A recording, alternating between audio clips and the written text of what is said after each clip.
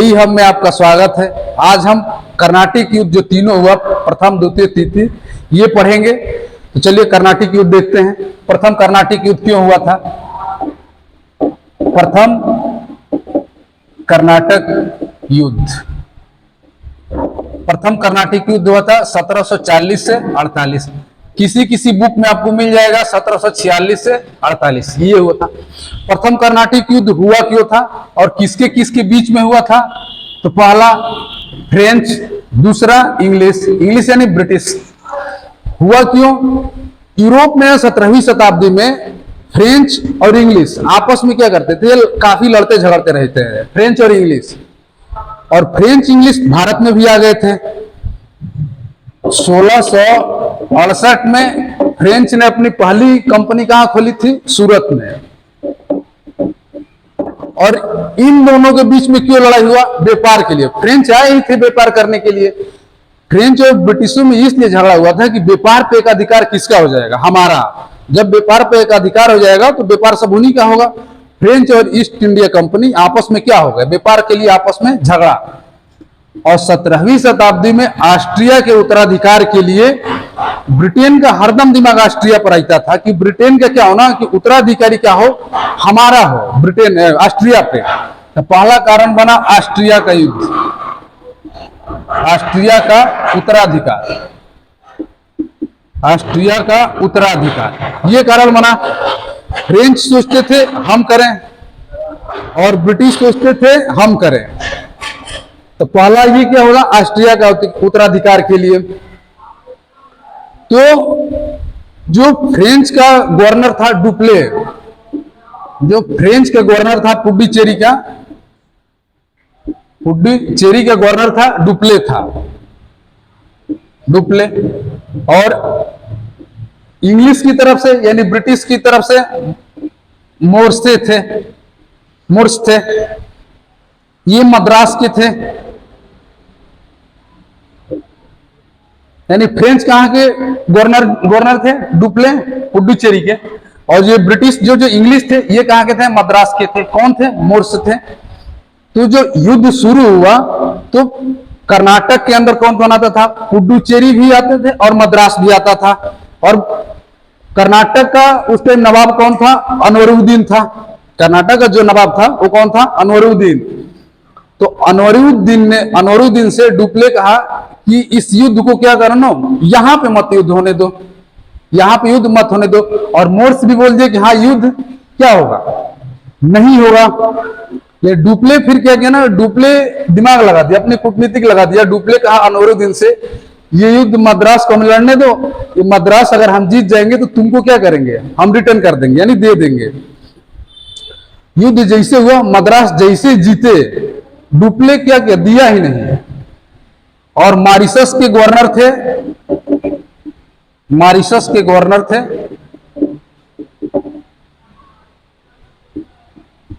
लाम्बोर्दो, Mauritius के governor थे लाम्बोर्दो। आप देखिए गवर्नर पर कंफ्यूज होती है। फ्रेंच गवर्नर डुप्ले कहां थे? पुडुचेरी।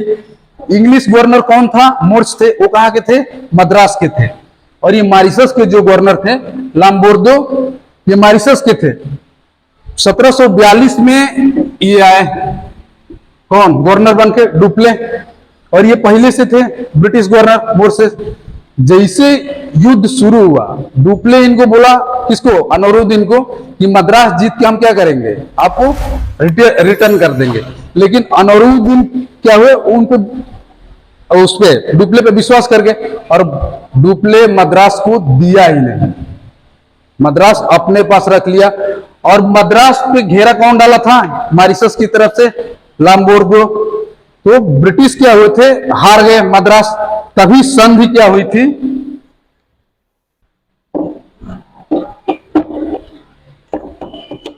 तभी संधि हुई थी एक्स-ला-चैपेल संधि 1748 में।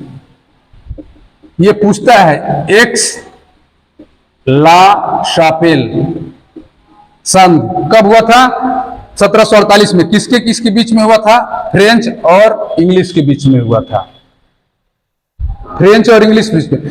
ये एक्चुअली झगड़ा क्यों हुआ? 17वीं शताब्दी में क्या हुआ था ना कि फ्रेंच और इंग्लिश आपस में क्या हो रहे थे, यूरोप में क्या कर रहे थे, लड़ रहे थे। और यहाँ पे भी भारत में कौन था, फ्रेंच थे और इंग्लिश थे। वहां यानी वो झगड़ा किए और ये लोग क्या किए, यहाँ पे झगड़ा कर दिए। यानी इस तरह समझ सकते हैं जैसे आपके चाचा के लड़के और बड़े पापा के लड़के, मान लीजिए कि कोई बनारस में तैयारी कर रहे हैं, पढ़ रहे हैं, वहां पे वो लोग आपस में लड़े और यहाँ पे आपस में क्या हो गए, ये दोनों भाई क्या हो गए, चाचा के और बड़े पापा के लड़के जो यहाँ पे हैं वो क्या किए, लड़ गए। यही प्रथम कर्नाटिक युद्ध हुआ था। डुप्ले क्या किया, मद्रास जीत को किसको, अनवरुद्दीन को दिया ही नहीं। तो प्रथम कर्नाटिक उससे पूछता है कि संधि किस पे हुई थी, संधि एक्स ला सापेल पे संधि पे हुई थी। कब हुआ था, 1748 में। किसके किसके बीच में होता, फ्रेंच और ईस्ट इंडिया कंपनी के बीच में हुआ था। ये जैसे संधि हुआ तो कर्नाटिक युद्ध का लोग को समझ गए, डुप्ले समझ गया और ब्रिटिश की तरफ से, इंग्लिश की तरफ से सेनापति था एक क्लाइव, रॉबर्ट क्लाइव उसका नाम था।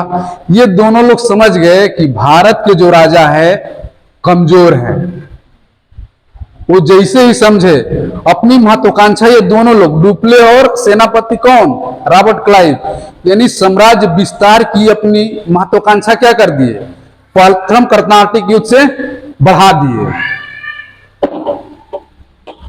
महत्वाकांक्षा ही दूसरा कर्नाटिक युद्ध करा गई।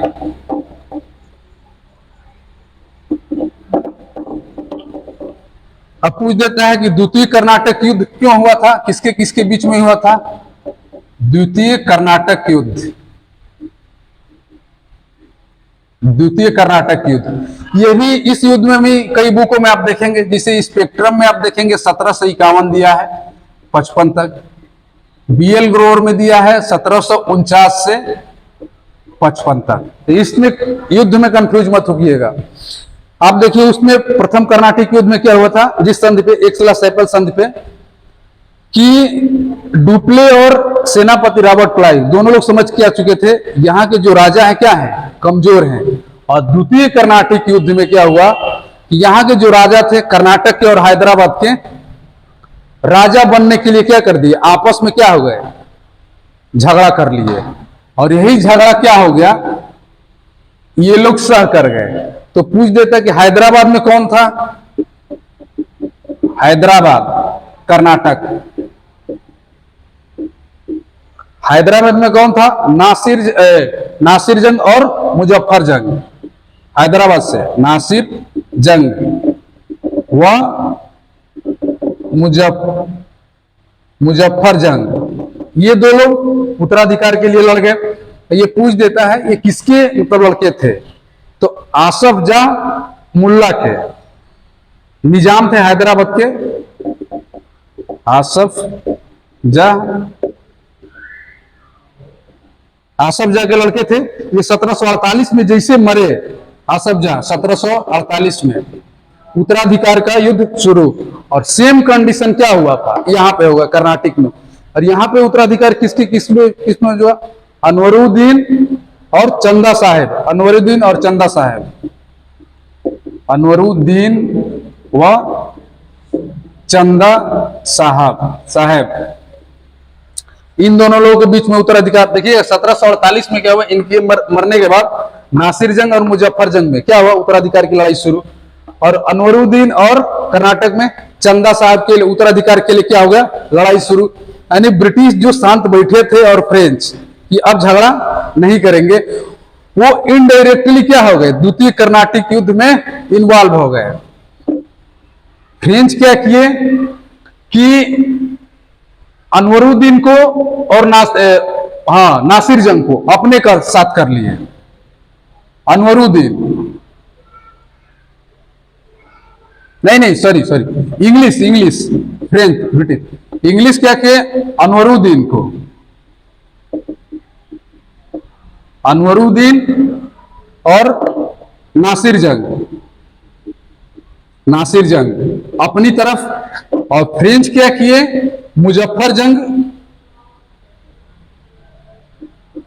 जंग और चंदा साहेब। हाँ देखिएगा इंग्लिश क्या किए कि अनवरुद्दीन नासिर जंग को अपने तरफ, और फ्रेंच क्या कर लिए, मुजफ्फर जंग और चंदा साहिब को अपनी तरफ कर लिए। यानी अब डायरेक्टली लड़ाई किसके नाम पे हो रही है? हैदराबाद और कर्नाटक में। लड़ कौन रहा था? इंग्लिश और फ्रेंच। डायरेक्टली इन्वॉल्व हो गए, इनडायरेक्टली इन्वॉल्व। इसमें क्या हुआ कि 3 अगस्त को बिल्लोर की जगह में कर्नाटक में एक अंबर नाम का युद्ध हुआ। 3 अगस्त वेल्लोर नाम के जगह पे, वेल्लोर नाम के जगह पे क्या हुआ? अंबर युद्ध हुआ। अंबर युद्ध कब हुआ था? ये 1749 में। और 1749 में क्या हुआ? अनवरुद्दीन मारे गए इसी युद्ध में। अनवरुद्दीन क्या हो गए? अंबर के युद्ध में 3 अगस्त बिल्लोर के निकट एक अंबर के युद्ध हुआ, उसमें अनवरुद्दीन क्या हो गए? मारे गए।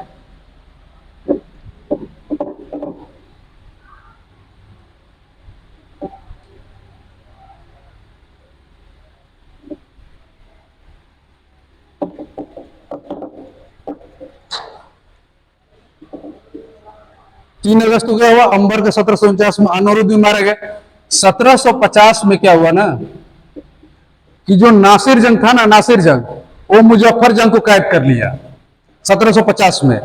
तो 1750 में जब जैसे ही कैद किया नासिर जंग मुजफ्फर जंग को, तो मुजफ्फर जंग कहां गए? डुप्ले के पास, कि हमको तो कैद कर लिया। डुप्ले अपनी सेना कहां भेज दिया? ब्रिटिश सेना के पास। और ब्रिटिश सेना को क्या कर लिया? अपने पक्ष में कर लिया। ब्रिटिश सेना को कर लिया अपने पक्ष में कर लिया। जैसे अपने पक्ष में कर लिया, 1750 में भी क्या हो गए? नासिर जंग मार दिए गए। यानी कर्नाटक युद्ध में क्या हुआ? हैदराबाद और कर्नाटक क्या हो गया? यहां पे चंदा साहब और यहां पे मुजफ्फर जंग,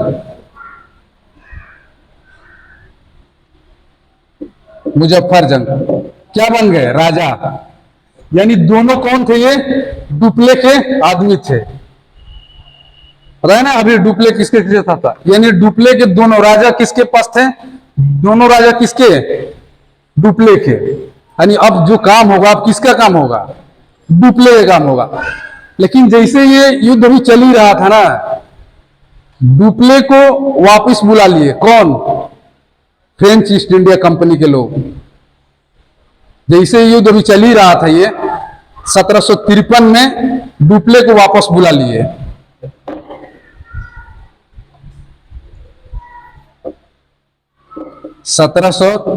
में डुप्ले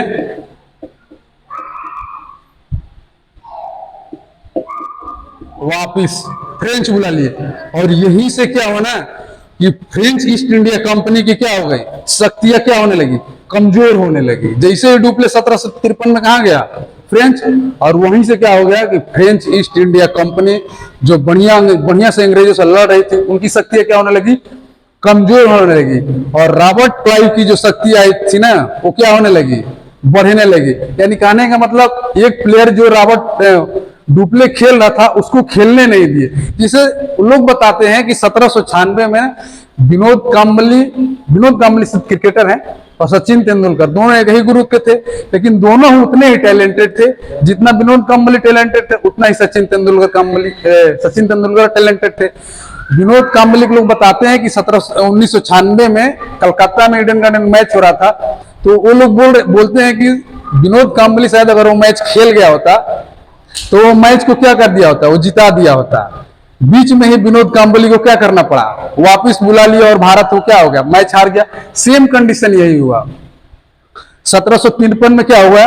डुप्ले वापस, और इसकी जगह पे गवर्नर आया गुड्डाह्यू। गवर्नर नाम लिख लीजिएगा, गवर्नर गुड्डाह्यू। किसकी जगह पे आया?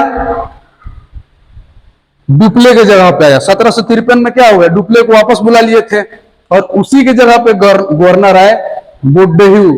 मतलब गुड्डाह्यू इतने अदूरदर्शी व्यक्ति थे, उनको राजनीति के मामले में मतलब कुछ मालूम ही नहीं था। इनको लोग बोलते हैं कि राजनीति की अदूरदर्शिता थी। तो ये जैसे ही आए ईस्ट इंडिया कंपनी से क्या करने लगे, समझौता करने लगे। और 1755 में क्या हो गया, पुडुचेरी की संधि पे द्वितीय कर्नाटिक युद्ध समाप्त हो गया। पांडिचेरी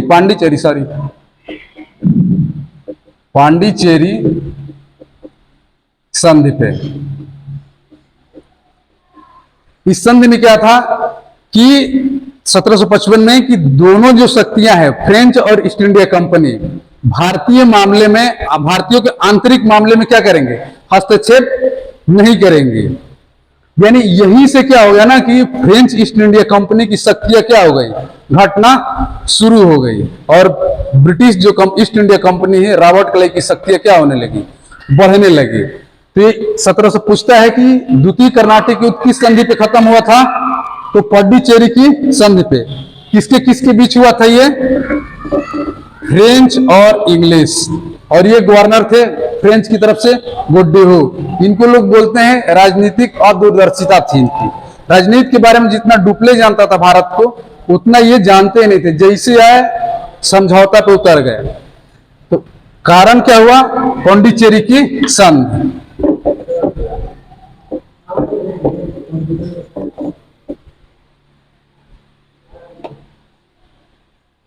और इसी युद्ध के बाद युद्ध हुआ तृतीय कर्नाटिक युद्ध।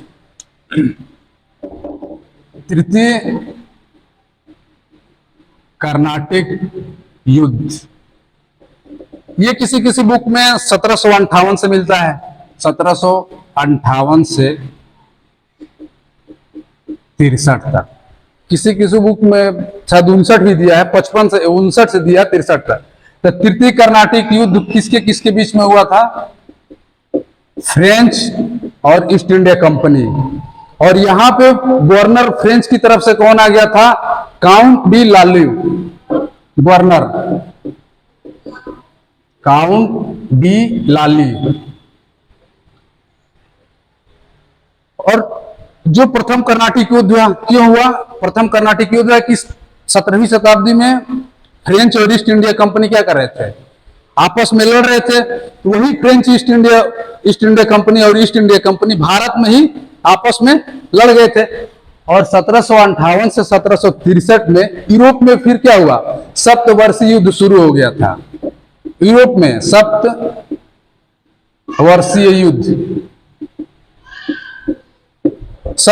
युद्ध क्या हो गया था, यूरोप में शुरू हो गया। फिर वहां का टेंशन क्या उत्पन्न हो गया, यहां पर उत्पन्न हो गया। जैसे काउंट डी लाली यहां पे 1758 में आए, सप्तवर्षीय युद्ध क्या हो, जैसे शुरू हुआ, फ्रेंच और ईस्ट इंडिया कंपनी में क्या होगा, फिर तानातानी हो गया।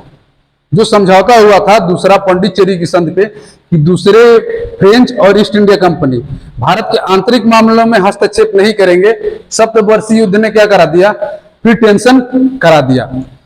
और यहाँ पे काउंट डी लाली फ्रेंच के क्या थे, गवर्नर बन के आए थे। कि जैसे आए तब तक रॉबर्ट क्लाइव बंगाल को प्लासी की युद्ध क्या होता गया, जीत चुका था।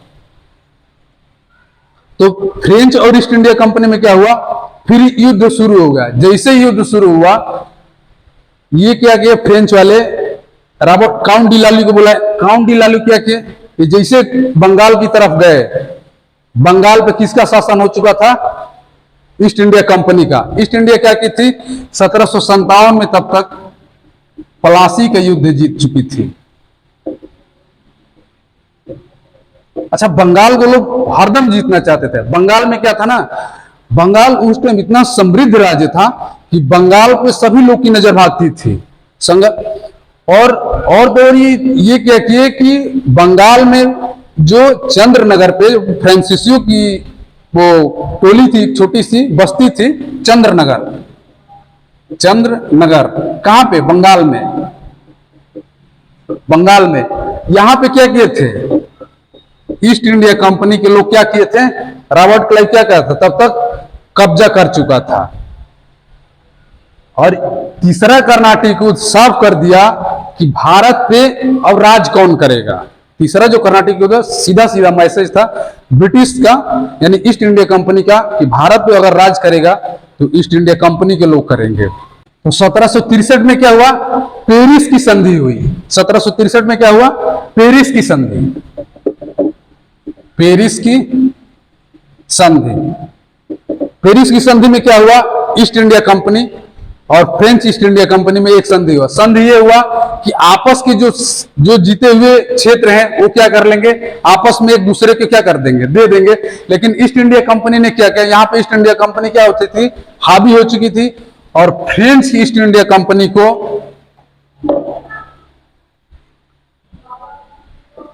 फ्रेंच ईस्ट इंडिया कंपनी को क्या कर दी पेरिस की संधि से, कि फ्रेंच की जो कंपनी होगी अपनी सेना अब भारत में क्या करेगी, नहीं रखेगी। अपनी सेना भारत में नहीं रखेगी। यानी फ्रेंच ईस्ट इंडिया कंपनी को क्या कर दिए, ये कमर तोड़ दिए ईस्ट इंडिया कंपनी के लोग।